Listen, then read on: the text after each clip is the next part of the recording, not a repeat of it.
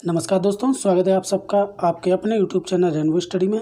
दोस्तों, जैसा कि हम लोग विकास के प्रमुख सिद्धांतों को पढ़ रहे हैं, जिसमें हमने पहला पढ़ा था मनोलैंगिक विकास का सिद्धांत, जो दिया था सिगमंड फ्राइड ने।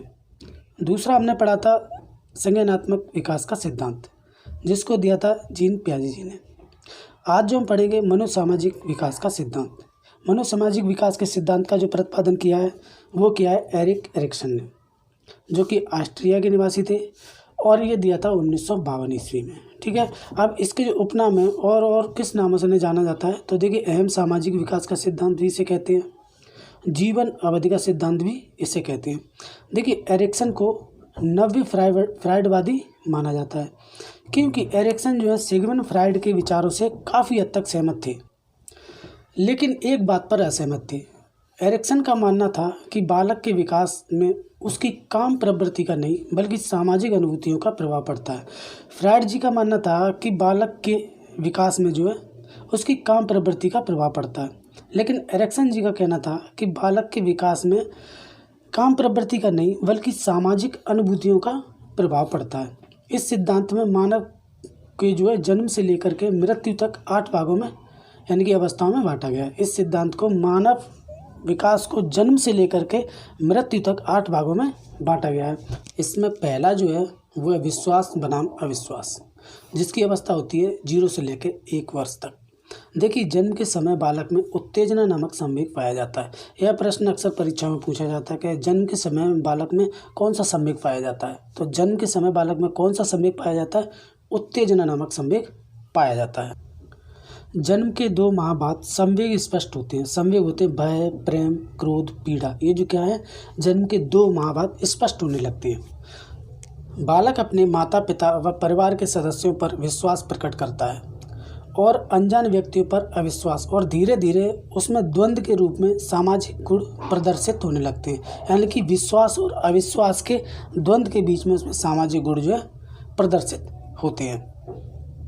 दूसरी अवस्था इन्होंने बताई है स्वतंत्रता बनाम शर्म यानी संदेह। यह अवस्था होती है 1 से लेकर 3 वर्ष तक। देखिए इसमें शिशु जो क्या होता है, अंतर्मुखी होता है। इस अवस्था में एकांत में रहना पसंद करता है, सभी वस्तुओं को अपना मानता है, समूह में लाने पर शर्म का प्रदर्शन करता है, और धीरे धीरे इसी प्रदर्शन से बालक में सामाजिक गुण उत्पन्न होते रहते हैं। किस अवस्था में? 1 से लेकर के 3 वर्ष की अवस्था में। अगला जो दिया तीसरा है पहल बनाम अपराध बोध, जो है 3 से 6 वर्ष की अवस्था होती है। इसमें क्या है, बालक घर से निकलकर खेलना आरंभ कर देता है। किस अवस्था में? 3 से 6 की अवस्था में, यानी पहल बनाम अपराध बोध।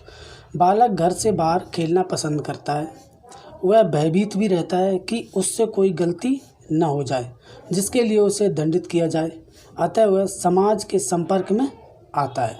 यानी कि बालक बाहर खेलेगा तो समाज के संपर्क में आएगा। चौथी अवस्था परिश्रम या संघर्ष बनाम हीनता, जो 6 से 12 वर्ष तक होती है। बालक विद्यालय जाना प्रारंभ कर देता है। बालक विद्यालय में कठिन परिश्रम करता है और असफल होने पर हीन भावना से ग्रसित होता है कि वह कैसे सीखेगा, उसका क्या होगा और लोग कैसे सीखते हैं। बालक धीरे धीरे क्या है, फिर समूह में सीखने लगता है। ये चौथी अवस्था। 5वीं अवस्था जो उन्होंने बताई है पहचान बनाम भूमिका द्वंद्व। ये अवस्था होती है 12 वर्ष से लेकर 18 वर्ष के बीच में। इसमें क्या होता है, समाज में विशिष्ट पहचान के लिए सामाजिक गुणों का प्रदर्शन करता है बालक। किस अवस्था में? पहचान बनाम भूमिका, यानी कि 12 से 18 वर्ष के। समाज द्वारा नकारात्मक व्यवहार करने पर भ्रांति उत्पन्न हो जाती है, या समाज में उसकी क्या भूमिका है। वो सोचता है कि इस समाज में हमारी क्या भूमिका है। यह द्वंद्व उसके मन में चलता रहता है कि समाज में उसकी क्या पहचान है, उसका समाज में क्या स्थान है, वह कौन है, आदि जो विचार हैं उसके मन में आते जाते रहते हैं। छठी अवस्था जिन्होंने बताई है घनिष्ठता या लगाव बनाम अलगाव, जो 20 से 30 वर्ष के बीच होती है। व्यक्ति के जिससे विचार मिलते हैं उससे लगाव रहता है, यानी कि हमारे विचार जिससे मिलते हैं उसके साथ हम लगाव करते हैं, और जिसके साथ विचार नहीं मिलते हैं उससे दूर हो जाते हैं, यानी कि अलगाव कर लेते हैं। इस अवस्था को सच्ची दोस्ती या सच्ची दुश्मनी भी कहा जाता है। और 7वीं अवस्था इन्होंने जो बताई है उत्पादकता बनाम निष्क्रियता, यानी कि 31 से 55 वर्ष के बीच। इस अवस्था में क्या होता है, अगली पीढ़ी के बारे में सोचता है, चिंतन करता है, बच्चों के विकास के लिए योजनाएं बनाता है, उनको सफल बनाने का प्रयास करता है। विचार पूरे नहीं होने पर योजनाओं में स्थिरता आ जाती है। किस अवस्था में, 31 से 55 वर्ष की अवस्था में। 8वीं अवस्था जो उन्होंने बताई है वो है ईमानदारी बनाम निराशा, जो 55 वर्ष के बाद होती है। इस अवस्था में क्या है, व्यक्ति संपूर्ण जीवन का लेखा जोखा तैयार करता है। इस अवस्था में आते आते व्यक्ति सोचता है कि हमने अपनी ज़िंदगी में क्या किया है, उनका लेखा जोखा तैयार करता है। बुरे कार्यों पर पश्चाताप और निराशा का अनुभव करता है। अंत में व्यक्ति की मृत्यु हो जाती है। बस ये विकास का जो क्रम है एरिक्सन के अनुसार। तो उम्मीद करता हूँ आपको हमारा प्रयास पसंद आया होगा। अगर पसंद आया हो तो दोस्तों इसे लाइक, शेयर और सब्सक्राइब करें। धन्यवाद दोस्तों, मिलते हैं अगली वीडियो में।